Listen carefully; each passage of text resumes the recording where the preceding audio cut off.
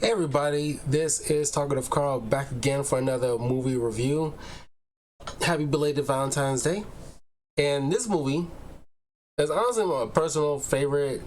I think it's kind of underrated of a heist film because it is so much fun and entertaining. I usually love heist films.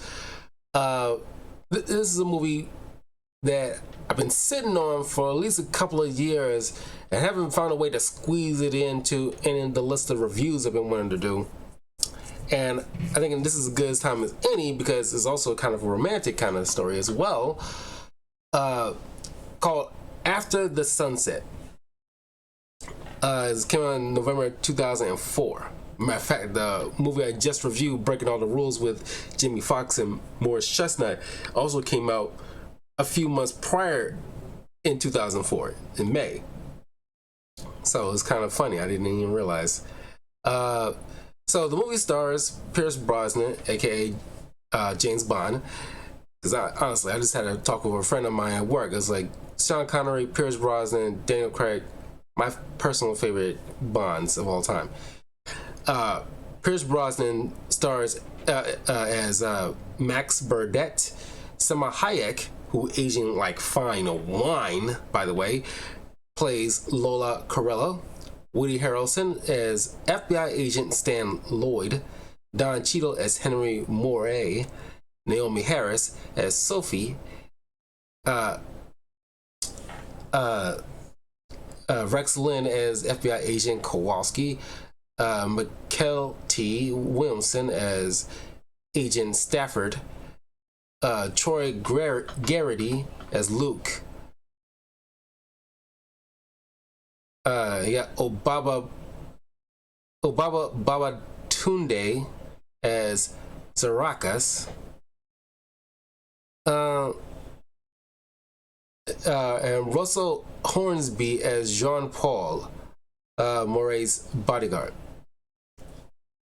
So, Max and Lola are thieves, a couple who is kind of like the whole Bonnie and Clyde thing. These two have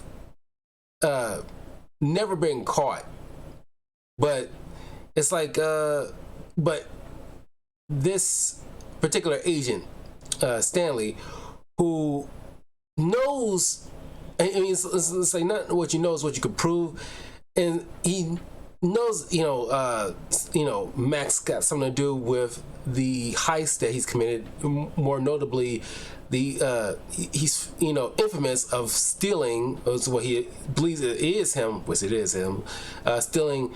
There's 3 diamonds called the Napoleon diamonds that Napoleon had.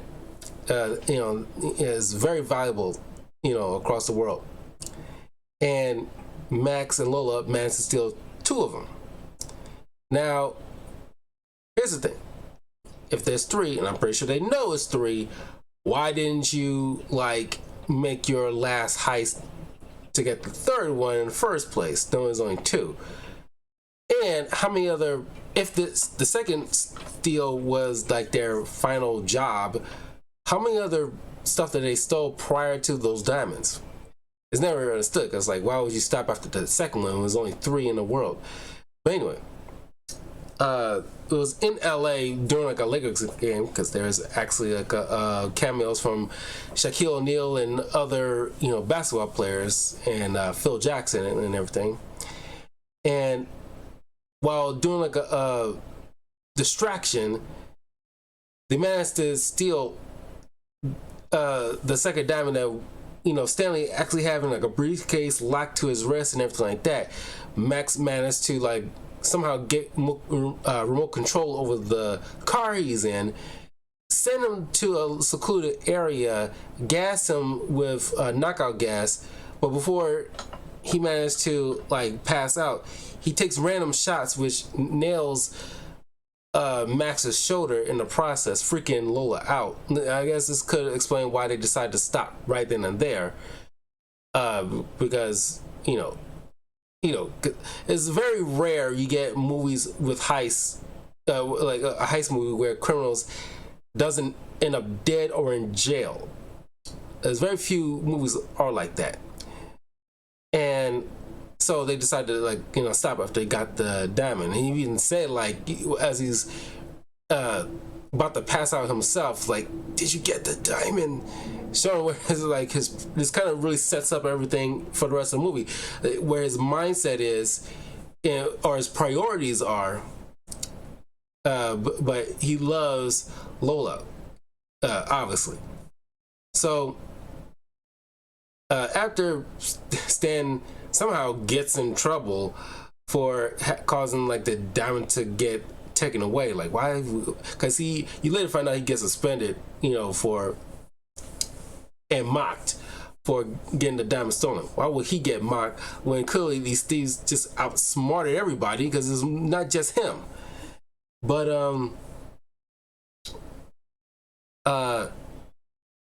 6 months fast forward, and Max and Lola decides to settle down and retire in the Paradise Island in Bahamas, which looks beautiful. I really want to check it out one day because the resort. See, little stingy of me, but one of the perks of being we tease Adam Sandler for this, but honestly, one of the perks of being an actor is this, you just going on these kind of crazy, spots sometimes, like Hawaii or Bahamas or Japan, all this other stuff. And you just, while you shooting a film, you can have a great time in different locales, usually out of the country. It's fun. You can call maybe a work vacation kind of situation. I would love that. But and also they go there because there's no jurisdiction from between Bahamas and the United States. Even though he keeps constantly playing it off like he doesn't know what Stanley's talking about, seeing the crime and all this other stuff, and it's like, do you know? You not know? Why are you playing coy? Yeah, he doesn't want to incriminate himself, but why you keep placating this or giving off this vibe yeah, I know my stuff when it comes to cracking saves and all this other stuff, okay, why? It's like, if you're watching the TV show Dexter or Breaking Bad, Dexter or Bryan Cranston's character won't just start blurting out to their cop allies about how they do their crime just willy-nilly like that without sounding super suspicious. I'm pretty sure maybe once or twice they probably did it, I don't know, but it's just, from my remembering, it's you don't just casually do that, whatever. It's so weird. But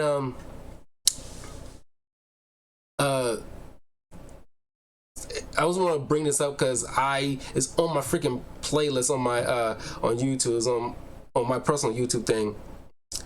It's on my playlist. This song that plays as you go into the whole their short stint in the Bahamas, or at least they're when they got into Bahamas and what their life is almost every day in their new life. And you played a song called the Pineapple Song by Good Size.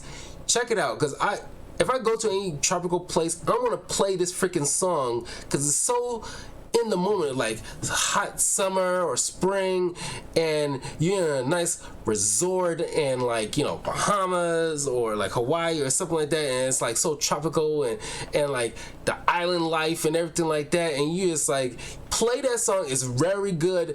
Check it out. It's called the Pineapple Song by Good Size. Let me make sure I got that right. Yeah, the Pineapple Song by Good Size. Check it out. It's very good. I love that freaking song. But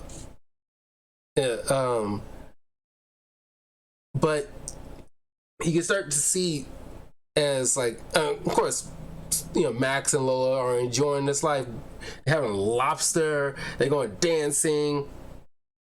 Yeah, she's going scuba diving, and just enjoying their retired life. And they have a nice little private home and stuff like that. Not crazy big or anything like that, or extravagant, because like Stanley points out, they don't buy anything too lavish, or and they funnel the money through like stuff that's untraceable and everything like that. Max and Lola play it smart, so that's why they was able to get away with a lot of their crimes.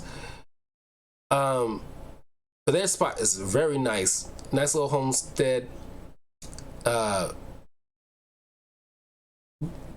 the thing is, like, here's the thing, those places are good, but the thing that trips me out is the potential weather, because they get like things like tsunamis or hurricanes, or in case of like Hawaii, volcanic eruptions on certain occasions. It's not very frequent, but it's like, I don't know how you live like that. It's like with California, how you live with you constant, I won't say constant, but you just used to earthquakes. How you be used to earthquakes with the ground moving? And they tease people, because it's like, I hear from videos and how people tease, they know who is not from California by the fact that they trip out when an earthquake occurs, when it's like, a slight shake, they freak out and everything like that, and they tease you. It's like, why would you get used to that?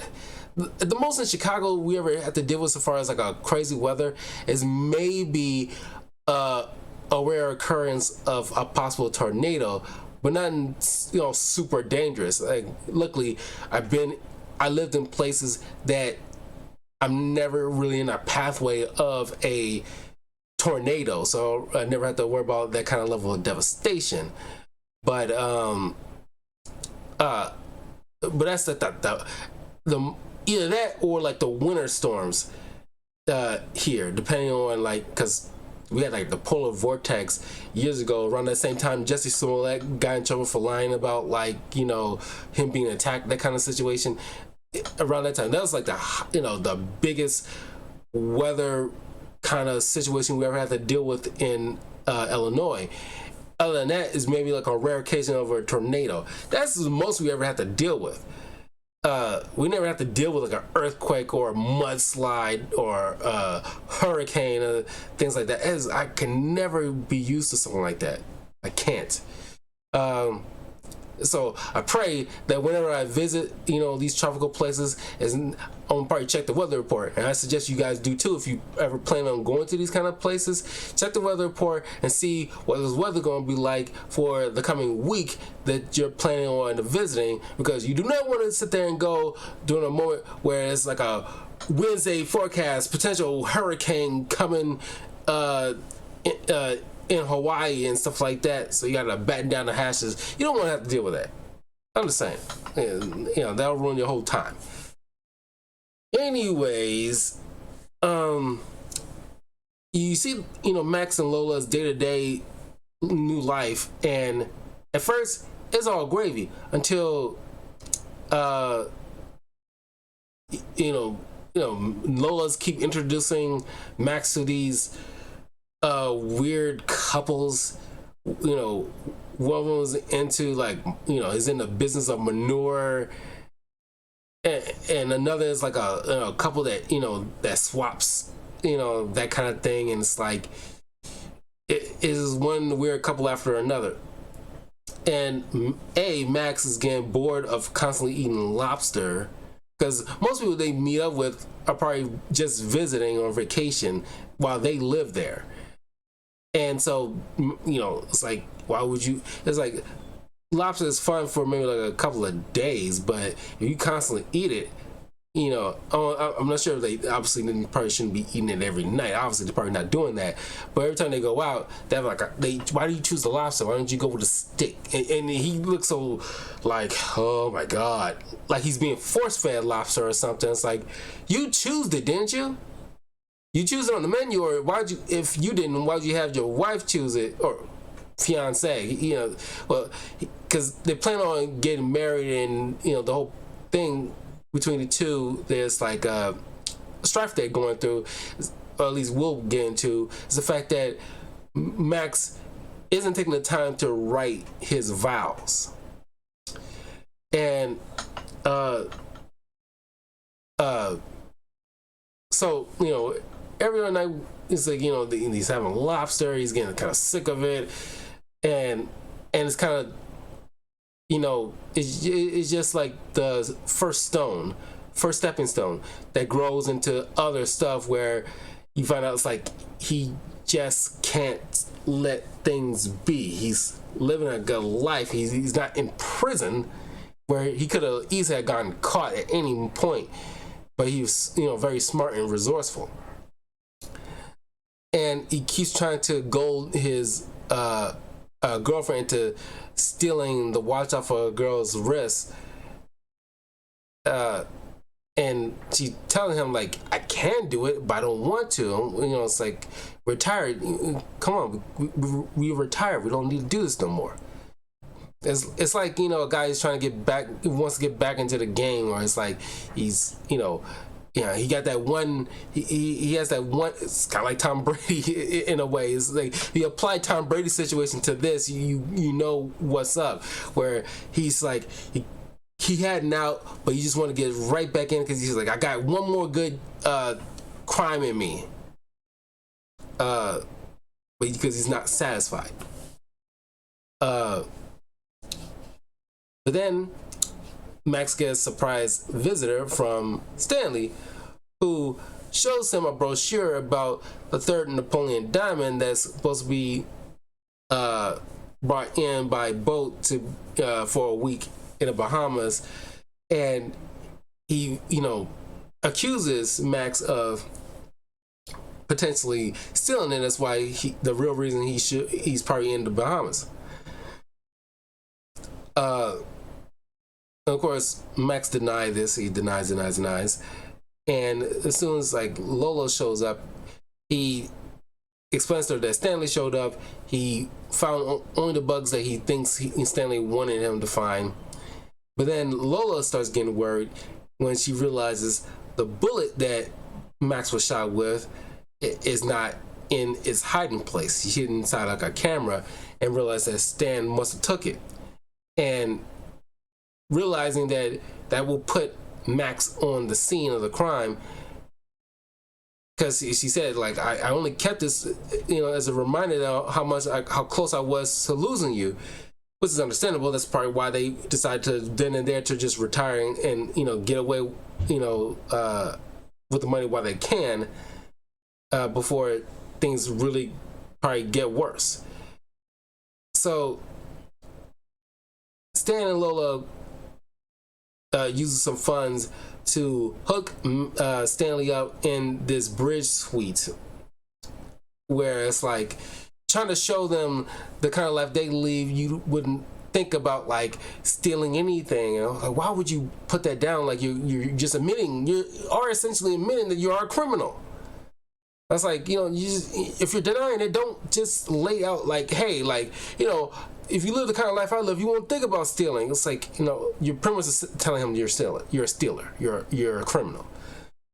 Of course, Stanley's not buying into this, but he's enjoying the cool amenities, like two hot masseuse, who is like hired by Lola to find the bullet, which they do, and hand it back to them, which Lola gives to Max to get rid of himself. And of course, Stan shows up and pretty much trying to hounding them essentially, which because he doesn't have any solid evidence against them. B, he's got no jurisdiction, therefore no warrant to do anything to them. And it's like, see, it's harassment. He's harassing them essentially. He already broke into their house, which grounds for, like Max put it, he has every right to shoot him because he's trespassing in his house. And he's right. And, you know, Stan has no, leg to stand on in this whole scenario. And they should have just, like, you know, called the cops immediately. But I guess they can't, because then they don't have to put themselves in a situation where Stan will be accusing them of being criminals and you know and all this other stuff, which brings heat on them they don't want. So it's clearly that makes sense. But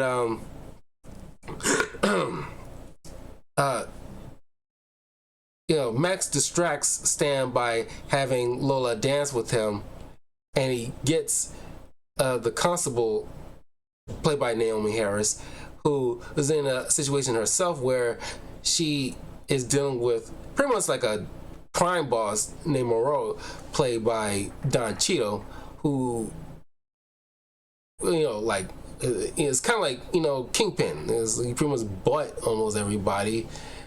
Is like the undisputed, or as like the her boss points out, the unofficial mayor of this place. And it's like, why? And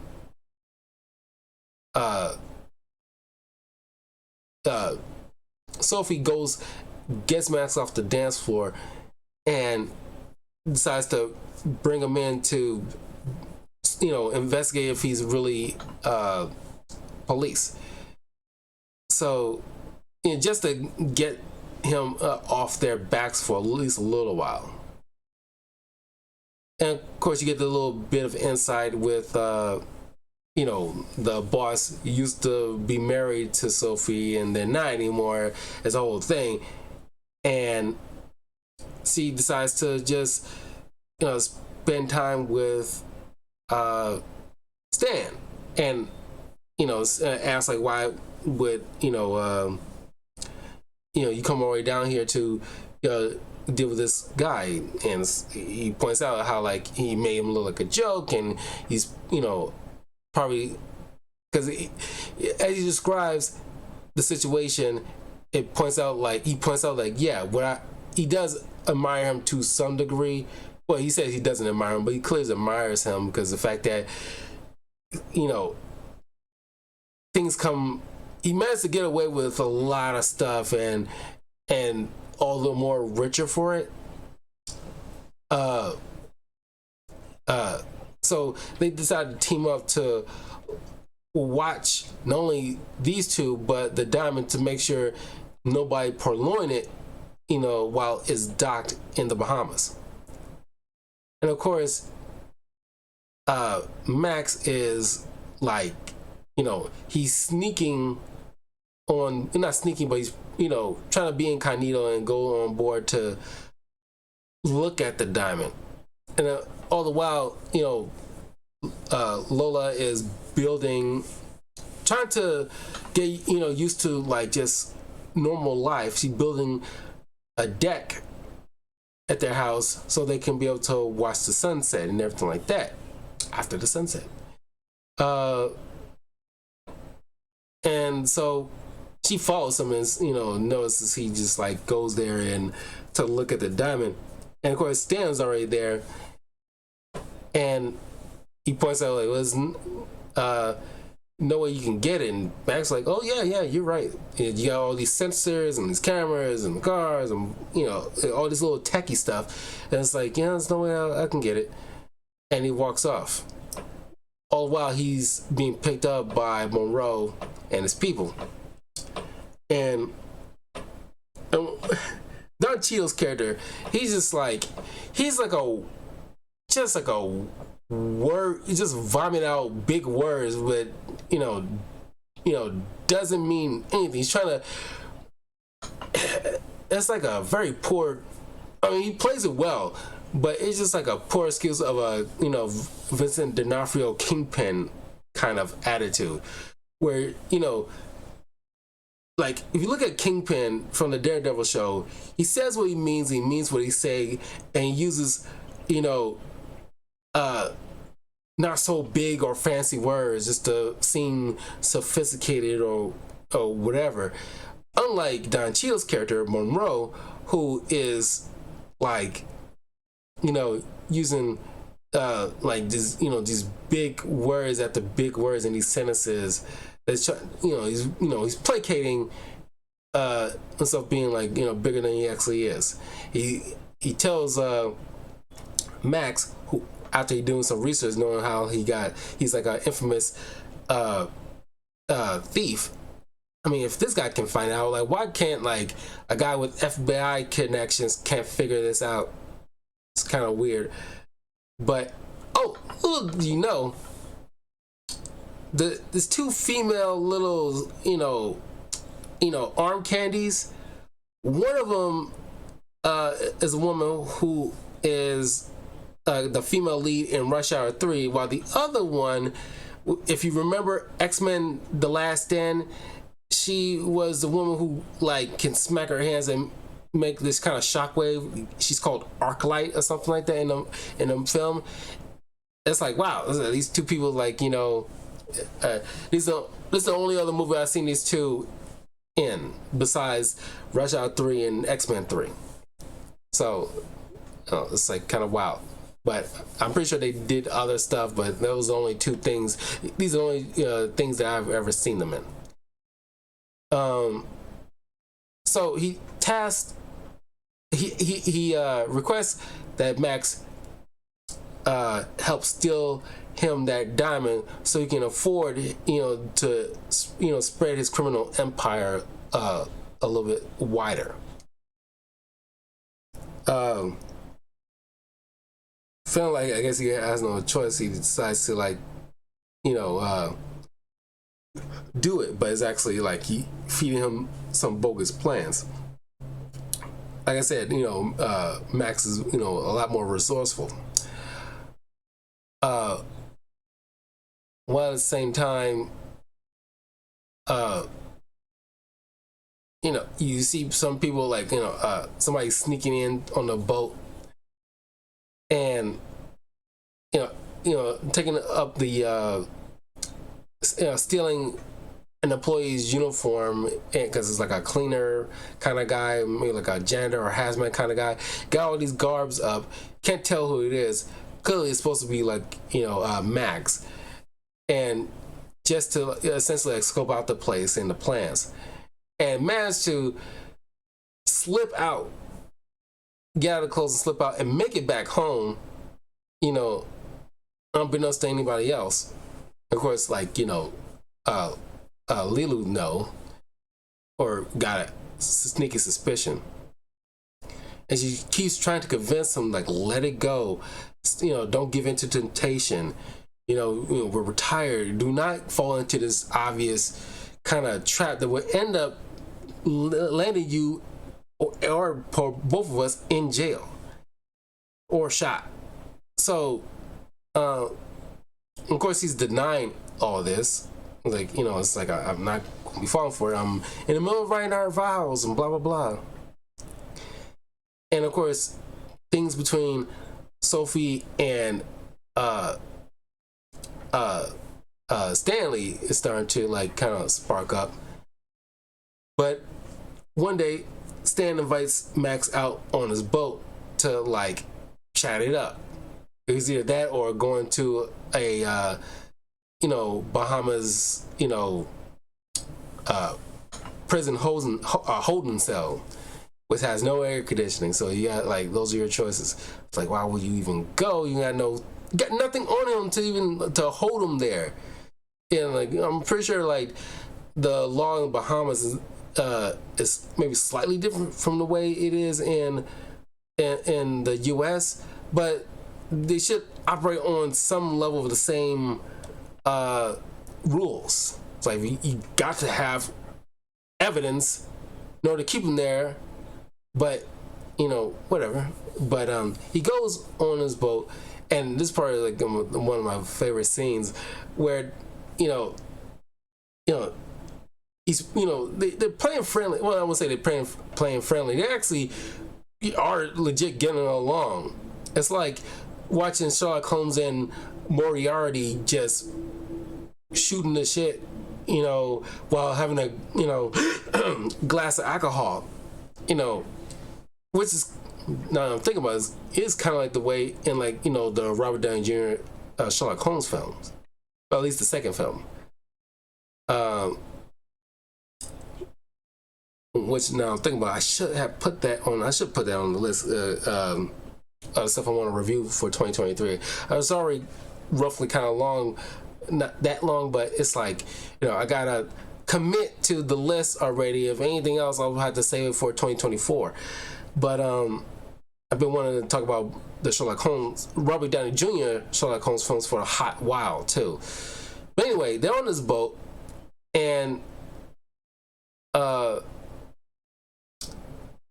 Stanley offers to ask Max to put on sunscreen on him for him because he got sensitive skin, and he offers in return to put lotion on him. And it's this funny moment where it's like, he kind of had enough and was like, come on, don't you want me to coat everything?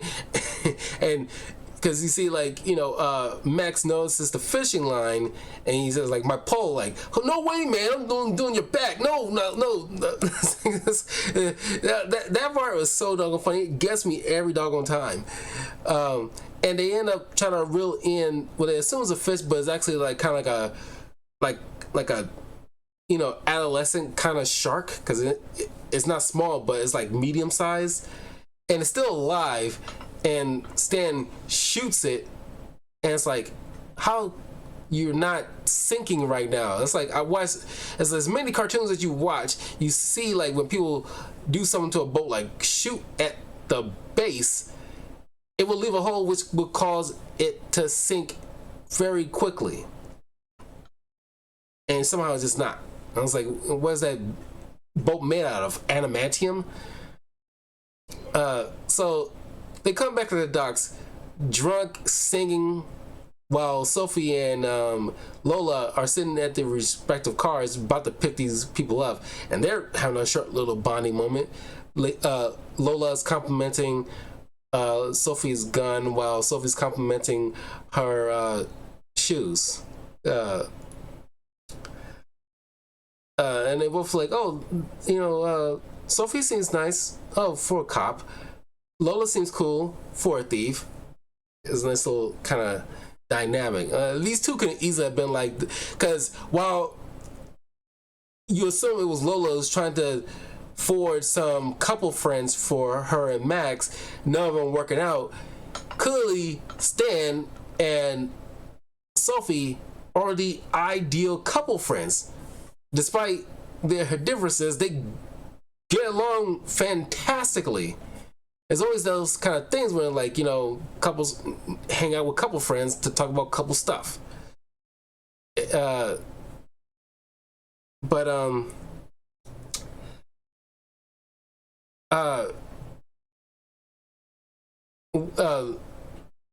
Eventually, like I said, Max hands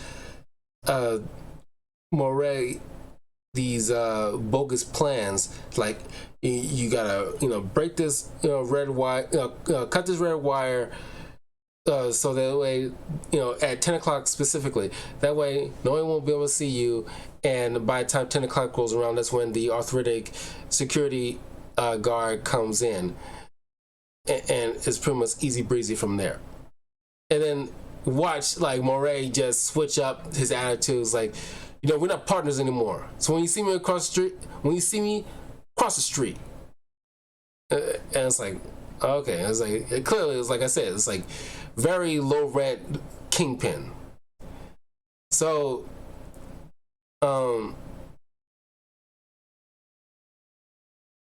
one day, while Lola is doing yoga, she sneaks and tries to read Max's book where he's supposed to be writing his vows. It's all blank pages. Obviously, she's upset. All the while, Max already got a call about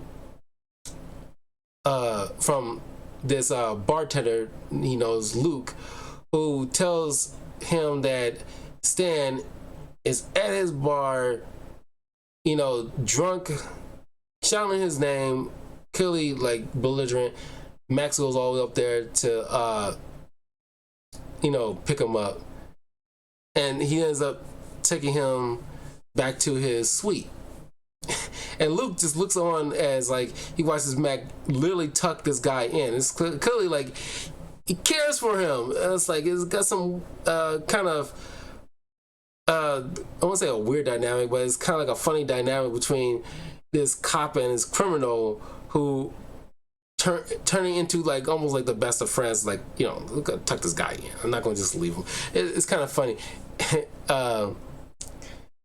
So when he gets home, Max gets locked out of his house because like clearly he's in trouble because he didn't write his vows. He got busted. So now he has to go all the way back to Stan's place to stay there for the night because he got kicked out. And they had this kind of heart-to-heart thing, whereas Stan asked like, "Why'd she kick you out?" Because I didn't, because she finished the deck and he wasn't there when she managed to finish it to spend a first sunset on that deck she finished. Clearly, that was wrong of him. Obviously, it was like a big deal to her. Clearly, and Stan points out like you got that A-type personality where you can't sit still. The world's divided up between people who like sitting down and enjoying sunsets and those who don't. And Max asks like, why you not one of those people? And Stan that said like, because of you. Kind of points out that it's like he can't have a life because he's too busy chasing guys like him. This is kind of a story for all kinds of kind of cop shows and movies where like when you're trying to have a life and usually like kind of John McClane you think after the first movie or at least the first two movies the relationship turns out well, but then by the third movie moving forward the relationship soured. It couldn't sustain because of the cop life.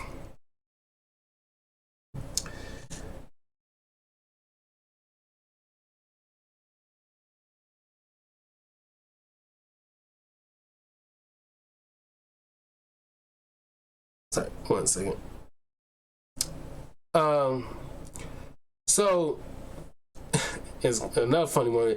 Next morning, a couple of FBI agents, the constable Sophie and her boss, comes waltzing in and seeing these two dudes cuddled in the bed, and they're just it's like a solid minute where they're just in awe of this ridiculousness. This supposed criminal is literally laying in bed with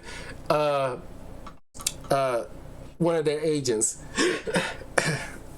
and one of them points out like normally we have a don't ask, don't tell policy, but this is pushing it, and it's funny. It's like the delivery of it was really, really funny. And turns out that Stan is on suspension for 3 months. He's not even supposed to be here, or at least, well, not be here, but it's like because if you're on suspension, you got the funds. You can like do whatever the heck you want. He's not on vacation, but he's not able to come to work for a while. So what he's doing is sometimes his own business, but he was faking this whole time like he has a business under the guise of being a FBI agent. He has business in the Bahamas, where it turns out that was all a fabricated lie. And this is long after Stan and Sophie already slept together, which she feels like used, that he took advantage, like, oh, you just finally got your slice of island life, huh? And so Stan and Max decide that they will talk to each other's significant other to like convince them to take the other back, and clearly they're not buying it. But Max has an idea about how, like, because this is the last night, because the diamond's only gonna be here for a week. It's the last night, and it's like he suggests like, we're going on the scuba dive. This is like cold, we can visit. By the time we come back up, the boat will be gone, and so will the diamond, and that'll be that. No reason for anybody to be suspecting anybody. So this is the same time as Monroe's bodyguard is sneaking in under using the plans that Max gave him, ends up getting busted, while at the same time, while Sophie, Lola, and Stan is doing an underwater cove dive, and Luke pretending to be, somehow they swap places with Luke along the way, while Luke's pretending to be Max, but Max still has like a microphone because they're speaking to each other through like mics. Don't know how it works underwater, but they got some kind of gear. While Max using like a one of those kind of mini kind of jet pulley things, it's like kind of like motors to fast travel him to the boat so he can sneak on board while the security is dealing with Monroe's henchmen. He's already got the tools and everything like that, stealing the diamond, and while everybody's figuring out what's going on, he's already off the boat, and Lola figured out like, hey, like I, like know that, because she's not saying anything, but she knows that he used this whole scuba thing just to distract everybody while he goes take that doggone diamond, because that diamond is so dang important that he's compromising everything. So as everybody's going back to shore, word gets around on the police radio that the diamond was stolen, and everybody's looking at Max. They search him, he doesn't have it on him, and it's like, of course, Lola's covering for him. Like, we've all been down there in the water. It's like, it's how I'm going to do that. And of course, they don't believe him, but they don't have no solid evidence to prove to the contrary. But of course, Stan feel like he's got super played. So, as Lola and Max head back home, she's packing her bags and about to leave until Monroe shows up, holding them at gunpoint, wanting to find that diamond, knowing that like Max gotta have it. But then, right when Sophie and Stan shows up, shoot the guy dead, and saving Lola and Max. The couple pinning everything on Monroe, wanting Max to steal the diamond, and when he realizes he doesn't, have it, he was planning on killing both of them. Of course, Stan doesn't believe it, but they, Lola still want to leave because she's had enough to hear with all his lies. He even lied to her of all people, and covered up the whole Val situation, and ignoring the whole Dex situation. That's something that was very important to her. This kind of feeds into the whole romantic thing. It's like, you gotta treat the things that your significant other find important, whatever's important to him or her or they, however you identify it, it's going to have to be important to you. If going to like this big game or this particular like hiking trail that she's been looking forward to, or this particular like place she wanted to visit, it's super important to her or him or they, it has to be that much important to you. You're a couple right now. You can't think about just yourself anymore. You gotta take their happiness into account. So after seeing the deck, he's having this epiphany. He runs to the airport. There's a little airport scene. It's always an airport scene, but it's not like a big airport. It's just like a private jet kind of situation to take people off the island. He runs to her with a full book of written words for his vows, but he says like, I don't need to read them because I know them by heart, because I know what's important to me. And he presents her with an engagement ring and points out, this is the first diamond I actually bought with my own money. And it says like, I love you, and like this shows how much she meant to Max.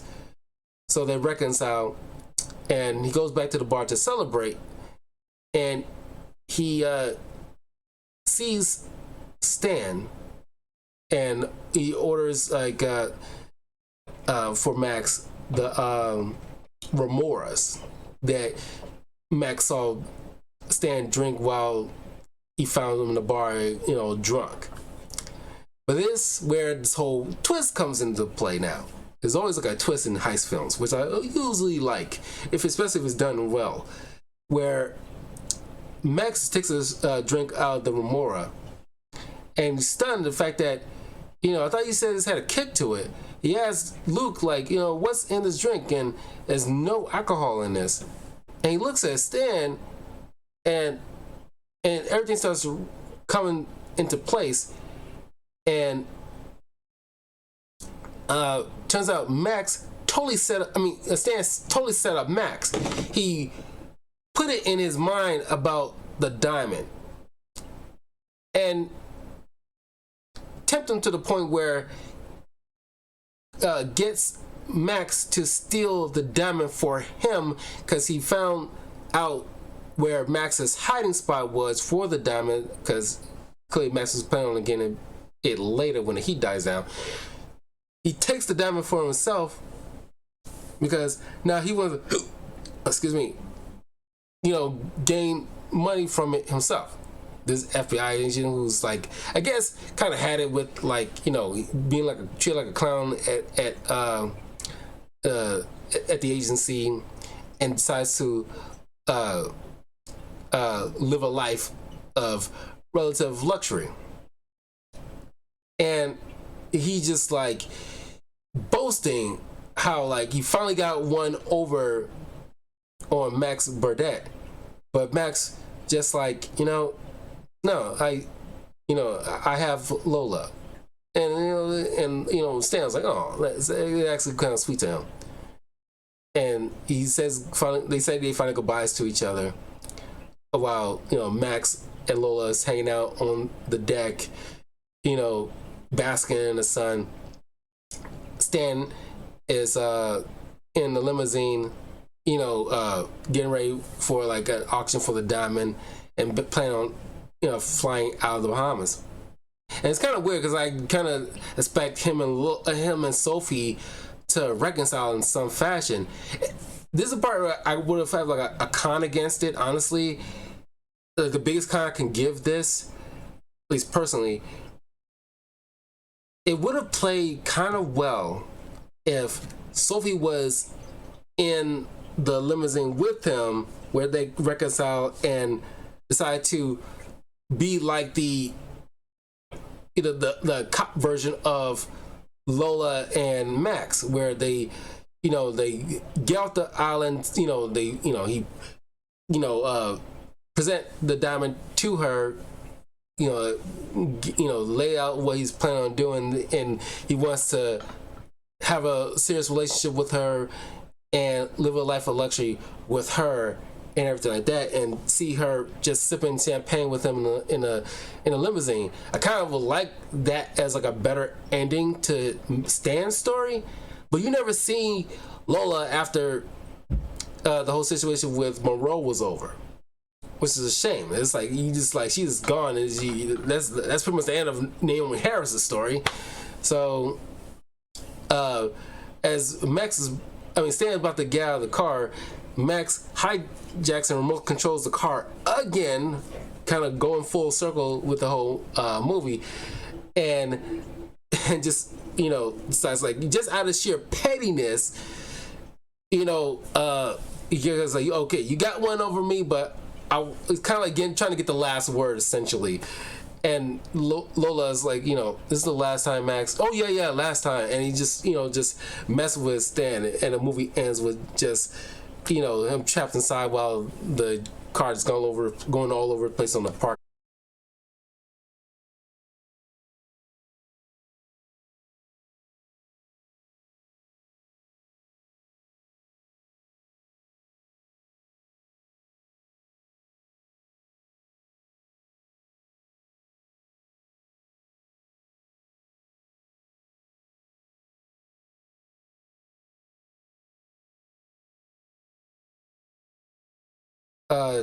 Check it out. Hopefully, because I just realized the connection kind of pittered out for a second. Hopefully, y'all got everything. It was only like a minute ago, but check it out. Come back, leave a comment below. Let me know what you thought of it. If you haven't seen it before, but if you have seen it, but it's been a while, check it out again. Come back, leave a comment below. Let me know what you thought of the film. Don't forget to leave a like, comment, subscribe, all the good stuff. Follow me in links in the description, including my Patreon, where there's like a very cheap 3 tiers where you can provide like, you know, certain requests for like reviews, where comic, TV show, movie, or just like a video that you want me just of a topic that you really want me to, you know, discuss and hear my thoughts about. And yeah, and follow me of course on Twitter, so when you know whenever I'm live. But yeah, and I'm close to my 400 subscriber goal. Once again, if when I reach 400, I will be doing a Hot Ones challenge video where I'll buy the hot sauces from the show and try it out on wings live on camera while answering any questions you from the live chat, or just a, you know, questions that's given to me via like Twitter or whatever, and, you know, give you guys a shout out and answer whatever questions you might have while I try out the hot sauces. That is the new milestone goal. Anyway, I will see you guys like a few minutes from now, because I'll be hopping back onto some Fire Emblem and Forspoken, and I'll probably fill in some time for Hogwarts Legacy. Tomorrow, because it's Wednesday right now, but tomorrow on Thursday I will be going to see Ant-Man Quantumania. I'll have a spoiler review of that on Saturday. Just so you guys know, if you haven't seen it by that point, don't check out the video until you see it. Because my rule of philosophy, I don't want to spoil anything until maybe like at least a week later, because giving enough people time to actually get the time to go see it. But as far as my channel is concerned, whenever I see it, you know, I'll spoil it after a couple of days. But it's just like in all my spoiler reviews, it has big words, spoiler review, so you'll know it's a spoiler review. Don't click on it until you actually see it, so that way you don't want to get spoiled, because I don't do like non-spoiler whatever reviews, because I can't help but say certain things that might end up spoiling something. So anyway, I will see you guys in a little bit for some more video game streams, so stay tuned for that. See ya.